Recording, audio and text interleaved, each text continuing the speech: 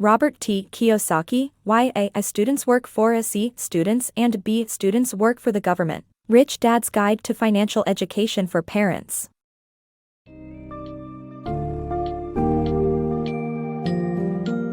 Embark on a journey to better understand financial education and the importance of imparting it to young minds.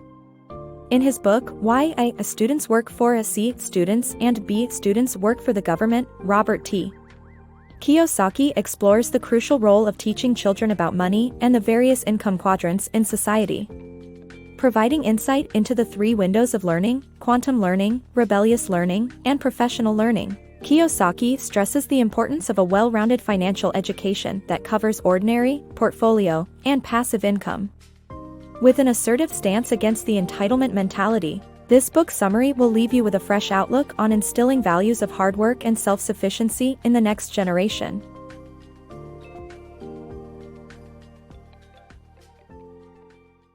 Financial education for children. Financial education for children should start when they can recognize the difference between bills. It takes years of learning, divided into three windows. The first is quantum learning, which occurs from birth to about age 12.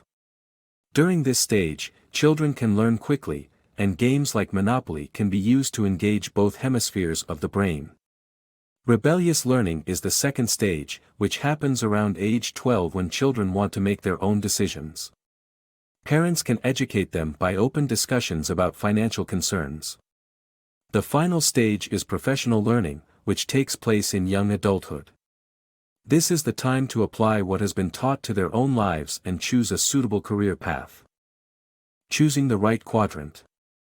The focus shouldn't be on choosing a specific profession but on finding the right quadrant to work in. The four quadrants are E, employee, S, small business/self-employed, B, big business/entrepreneur, and I, investor. The school system prepares students for the E and S quadrants, but the real financial independence lies in the B and I quadrants. Successful entrepreneurs and investors need to be generalists, not specialists. While grades in school reflect mastery of a subject, it's not indicative of success in the B and I quadrants. Moving from one quadrant to another is possible based on your primary source of income. Teach your children about income. Transition to new quadrants in cash flow requires a transformation in your primary income source. Recognize the three types of income: ordinary, portfolio, and passive. Ensure your children learn about these income types, as most schools teach only healthiest rate taxed ordinary income. Remember, assets generate cash flow and liabilities steal money out of your pocket. Teach your kids why rental properties are passive income sources, not your residence, are assets. Monopoly is a game to teach kids these principles, and remember that financial independence demands passive income. While teachers work for ordinary income, invest in your children's financial education. Financial education for future security. Schools have failed to provide young people with financial education, causing them to graduate uncertain about their future and desperately seeking employment to fulfill their basic need for safety. Rich people are not necessarily greedy; instead, desperation fosters a sense of entitlement that is antithetical to the capitalist spirit. To satisfy the need for safety through education, parents should encourage their children to seek out opportunities and gain real-world experience instead of just a paycheck. This way, young people can have a sense of control over their financial future and eventually move towards total self-actualization. The dangers of entitlement mentality. Kids should not be given money as it fuels an entitlement mentality. Instead, set up a reward system to teach them the value of hard work and generosity. In our society, entitlement has become pervasive, fueled in part by desperation. However, parents need to prevent their children from developing an entitlement mentality. The best advice is very simple: do not give kids money. Even wealthy parents buy their children expensive items in an attempt to show their love for them. This leads to the belief that they can get whatever they want just by asking for it.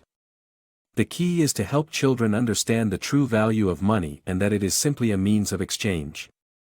It's important to teach them that they can get more if they give more. The entitlement mentality is not limited to the home, even schools are to blame. Children are given trophies just for participating, leading them to believe they are winners just for showing up. This is detrimental to their development and contributes to the entitled mentality. Instead, parents need to instill the importance of hard work and dedication in their children from a young age. Parents can create a system of rewards for good behavior and hard work, emphasizing that every action has a consequence. This system can be extended to teach the value of generosity. A handout is not a reward, it is merely fuel for the entitled mentality. Instead, parents need to teach their children to fish by engaging in activities that encourage hard work, generosity, and active participation in society. In short, parents need to lead by example and teach their children valuable life lessons. Financial advice versus education. Mistaking financial advice for financial education is a common mistake. Financial education means giving children the tools they need to decide for themselves how to manage their money. A real education allows you to see more than one perspective at the same time. Debt can either be good or bad depending on how it's used. Many people make the mistake of thinking that financial advice and financial education are the same thing. The truth is that there's a big difference between the two. Financial advice means that you're asking someone to tell you what to do with your money, whereas financial education means finding out what to study so you can make those decisions yourself. It's important to teach children the difference between these two concepts. When someone tries to tell you what you should do with your money, ask yourself, what's in it for them? Stockbrokers and banks might try to persuade you to invest in certain stocks or save your money, but they're making a profit off of your financial ignorance. The basis of any good education is learning the language of money. Learning the relationships between words is just as important as knowing the meaning of individual words. One of the most basic words in the language of money is income. Understanding how income works is crucial to building wealth and making informed decisions. On the other hand, debt is one of the most misunderstood words in the language of money. While most of us have been taught that debt is bad, it can actually be used to your advantage. Taking out a bank loan to purchase a rental property can increase your passive income and turn debt into an asset. The key to real education is being able to see more than one perspective at the same time. Ambition and greed, for example, are two sides of the same coin. Rather than telling our children what to do with their money, we should give them the tools they need to make their own decisions. Teaching kids the difference between financial advice and education is crucial to helping them become financially literate. With the right education, they can make informed decisions and keep their money for themselves rather than allowing others to profit off of their financial ignorance.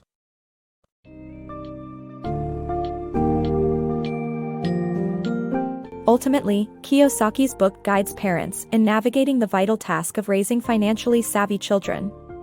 By highlighting the significance of learning about the cash flow quadrant and the different types of income, the author emphasizes the need for a financial education that goes beyond the school curriculum. Teaching children to recognize the difference between financial advice and financial education will empower them to make informed decisions in the future. Kiyosaki's work encourages parents to cultivate a sense of discipline, foresight, and critical thinking in their children, laying a strong foundation for lifelong financial success.